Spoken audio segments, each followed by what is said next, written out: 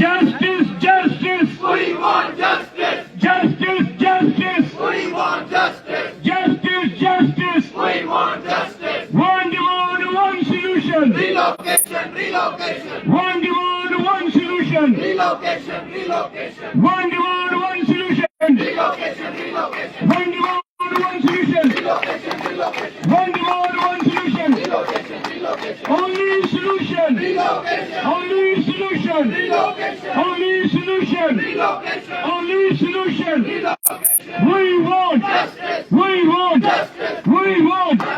We want. Justice. We want. Justice. Justice, justice. We want justice. Justice, justice. We want justice. Justice, justice. We want justice. Justice, justice. We want justice. Justice, justice. We want justice. Only solution. Relocation. Only solution. Relocation.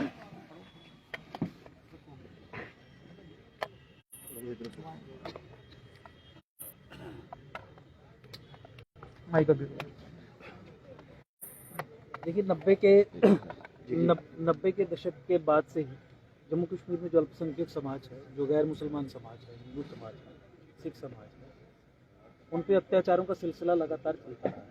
आज 229 day है इन PM package employees का यहाँ पे sit in protest पे बैठने का।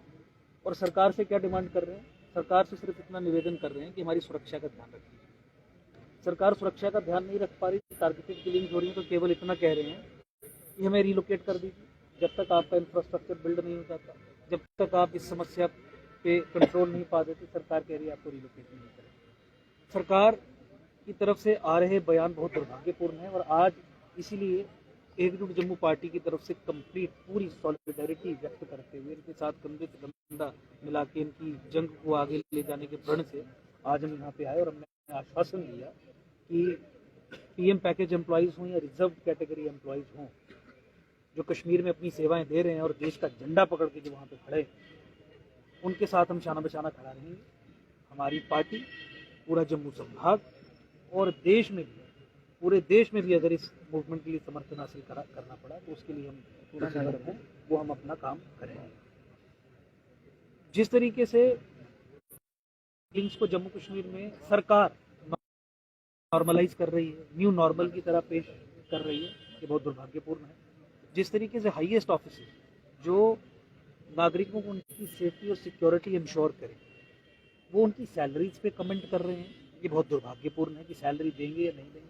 अल्पसंख्यक समाज पे कश्मीर में मनाया गया था जब शेख अब्दुल्ला के साथ जुड़ने के लिए, या फिर आतंकियों ने जब कश्मीर छोड़ने की धमकी दी थी, तो कुछ इस तरीके से कहा था कि गलीफ सलीब और गलीफ। मुझे लगता है कि आज की सरकार वही एक रोल निभा रही है जहाँ पे इन लोगों को यही कहा जा रहा है, रलीब सलीब गलीब, और ये कहा जा रहा है कि जाके मरो वहाँ, और मरने से बचना है तो जाके घुल मिल जाओ।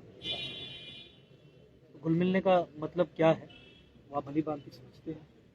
मुझे लगता है कि जिस तरीके से यूटी एडमिनिस्ट्रेशन ने और केंद्र सरकार ने अपना पल्ला झाड़ने की कोशिश की और जम्मू कश्मीर में जिहाद की समस्या को नॉर्मलाइज करने की जो कोशिश की, वो दुर्भाग्यपूर्ण है।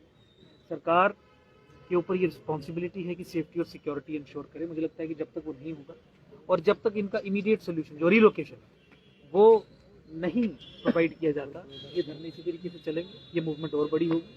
और अल्टीमेट सोल्यूशन आज अपने अभिभाषण में भी ये बात चर्चा में है कि relocation immediate solution, permanent solution तो रीऑर्गेनाइजेशन ऑफ जम्मू कश्मीर, जहाँ पे कश्मीर को 2 हिस्सों में तोड़ के इन लोगों को और बाकी समाज जिसने नरसंहार फेस किया कश्मीर में, उनके लिए एक यूनियन टेरिटरी दी जाए और जम्मू को एक अलग स्टेट के रूप में निर्मित किया जाए, सेपरेट स्टेट बनाया जाए। तो ये इन्हीं चीज़ों के साथ आज पुनः, पहले भी एकजुट जम्मू पार्टी का यहाँ पे आना हुआ था, आज आगे हमने अपनी सॉलिडारिटी उनके प्रति व्यक्त की है और सरकार के ओवरऑल कंडक्ट को, टोटल कंडक्ट को हम सीरियसली कंडेम करते हैं। उसके पिछले कुछ दिनों की बात करें अंकुर जी, तो हम छोड़ देंगे, आप क्या छोड़ेंगे तो वही जाने। रविंद्र राणा के सुर बदले नजर आए कुलदीप गुप्ता जी के, किस तरह देखते हो ये जो हाल ही में ये चीजें बदलती नजर आ रही हैं और एलजी गवर्नमेंट के खिलाफ भाजपा भी खुल के बोल रही है? ये मुझे लगता है ये एलजी गवर्नमेंट के खिलाफ भाजपा बोलने की बात नहीं है, ये दोगला होने की बात है।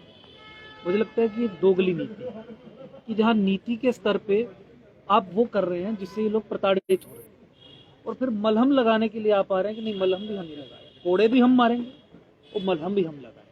मुझे लगता है कि कोई भी ऐसा क्रेडिबल नेता यहाँ पे आके कुछ बोल के नहीं गया जिस नेता के कहने के बाद इन लोगों को विश्वास हो। और विश्वास हो भी कैसे जब आप समस्या पर पर्दा डालने का काम करें, जब इनकी सेफ्टी और सिक्योरिटी जो खतरे में है वो जिस कारण से उस कारण का नाम तक लेने के लिए आप तैयार नहीं है, तो किस तरीके से इन लोगों को आश्वासन मिलेगा कि इनके कहने पर सुरक्षा प्रदान हो। जब आप बंद कमरों में बैठ के, और अभी दिल्ली से भी जो इनके नेशनल जनरल सेक्रेटरी आए, मीडिया जब सवाल पूछता है इनकी सुरक्षा को लेकर तो कहते हैं अगला सवाल पूछिए, आगे चलिए, इस तरीके का रुख अपनाते हैं और बंद कमरों में बैठ के इनकी खिल्ली उड़ाते हैं और बंद कमरों में बैठ के यही कहते हैं कि नहीं जो पॉलिसी है वही ठीक है और इसीलिए तो चली भी आ रही है। किस तरीके से इन लोगों को विश्वास होगा? मुझे लगता है कि ये दोगली नीति है भाजपा की कि एलजी से कुछ करवाएंगे, एलजी जो भी करेंगे प्राइम मिनिस्टर और होम मिनिस्टर के कहने पे और यहाँ पे मलहम लगाने के लिए। ये बहुत दुर्भाग्य